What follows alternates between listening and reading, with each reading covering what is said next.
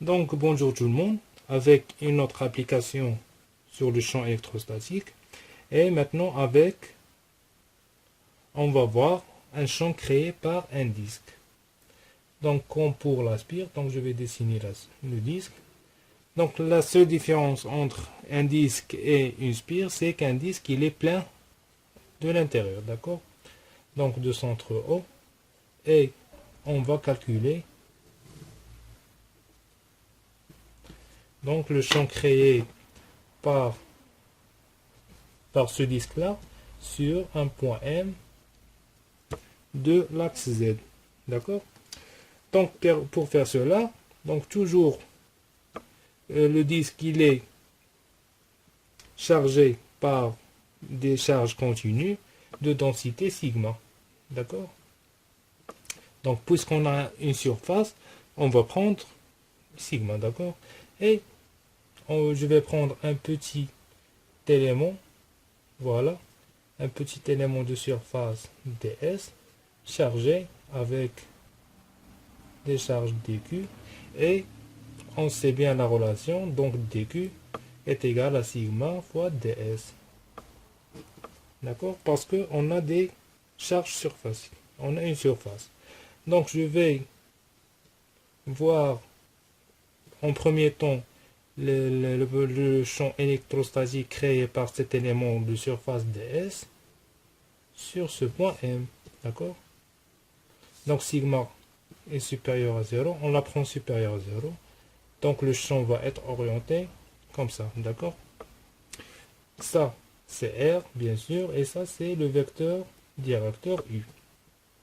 Toujours, R, c'est entre les charges et le point où le champ il est créé. Donc, je vais noter cet angle-là, alpha. Bien sûr, c'est le même angle ici, alpha. D'accord? Donc, ce rayon-là, je vais le noter ρ. D'accord? Donc, toujours, si on a un rayon fixe, on le note R. Si on a un rayon variable, on le note ρ. D'accord? Donc, cette distance-là, je vais la noter grand Z. D'accord? Et comme nous dit la procédure, maintenant je vais établir la relation de E. Donc DE toujours égal à 4 pi epsilon 0. Donc dq sur R au carré fois le vecteur directeur U. Donc rapidement, comme le quart de la spire, je vais établir par symétrie que le champ total créé par tout le disque, il est suivant Z, bien sûr. Donc, voir la vidéo de la spire pour plus de détails. Donc, directement, je vais établir que DE suivant Z, c'est égal. Donc, je vais faire la projection de cette DE sur l'axe Z. Ça va être égal à 1 sur 4 pi epsilon 0 dq sur R au carré fois cosinus alpha, bien sûr, suivant Z. D'accord? Voilà. Et dq, c'est sigma ds.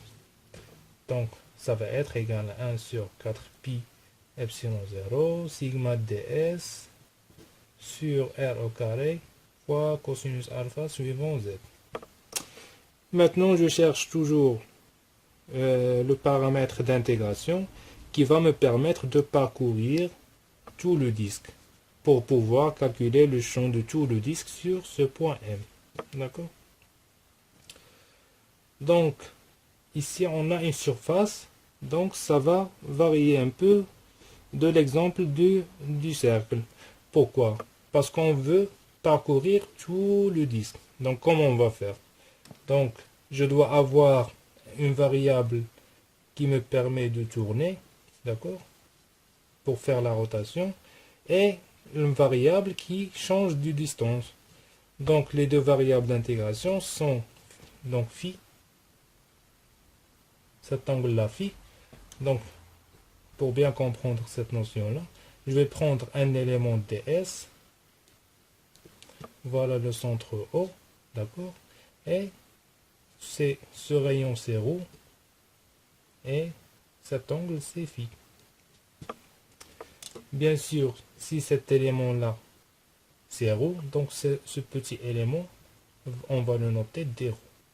Et cet angle-là, d de phi, parce qu'on a un élément, un petit élément de surface ds. D'accord? Donc la surface ds de cet élément-là, c'est quoi? Donc la largeur fois la longueur. La largeur c'est d ρ, d'accord? Donc ds est égal à quoi? Donc la largeur c'est d ρ fois cette longueur-là qui est un arc. Et bien sûr, cet arc-là, quelle est la relation? C'est le rayon fois l'angle. Donc c'est ρ fois d phi. Donc ρ fois d de phi. Et finalement, donc ds, c'est ρ fois d ρ fois d de phi. Donc ça, c'est d de s. Donc comme on a dit, pour parcourir tout le disque, qu'est-ce que je dois faire? Je dois varier la distance ρ, ça veut dire le rayon ρ, et tourner, d'accord? Donc varier ρ, par exemple jusqu'à ici, et tourner. Varier, tourner, varier et tourner. Donc deux éléments d'intégration. Donc deux éléments d'intégration. Donc ρ et phi. D'accord?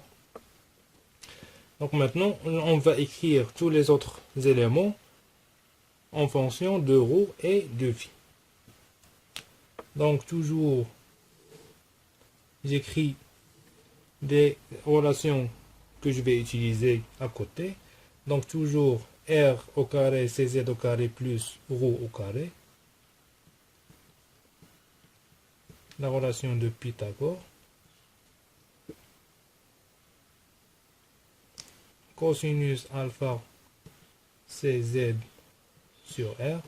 Donc cz sur racine de z au carré plus ρ au carré. Donc voilà. Maintenant je vais remplacer dans l'expression. Qu'est-ce que je vais avoir? Donc dE suivant z est égal à 1 sur 4 pi epsilon 0 sigma ds. Donc sigma est constante. Donc voilà, dEz est égal à 1 sur 4 pi epsilon 0. On remplace, donc sigma c'est une constante, donc sigma. On remplace ds par son expression. Ça va donner ρ fois d ρ fois d phi. D'accord? Donc on va tout exprimer en fonction de ρ et de phi. Ce sont les variables d'intégration. Donc cosinus alpha, voilà, c'est z sur r et c'est z sur fois z sur racine de z au carré plus ρ au carré. Donc z est une constante et ρ est une variable. Et on remplace r au carré par z au carré plus ρ au carré. Donc le tout suivant z. Voilà ce qui donne d EZ est égal à quoi? Sigma sur 4 pi epsilon 0. Donc z ne dépend pas de phi et de ρ, c'est une constante. Voilà. ρ fois d ρ fois d phi sur z au carré plus ρ au carré à la puissance 3 demi. Ça, c'est à la puissance 1 et ça, c'est à la puissance 1 demi. Donc 1 plus 1 demi, ça fait 3 demi. Donc maintenant, on passe à l'intégration.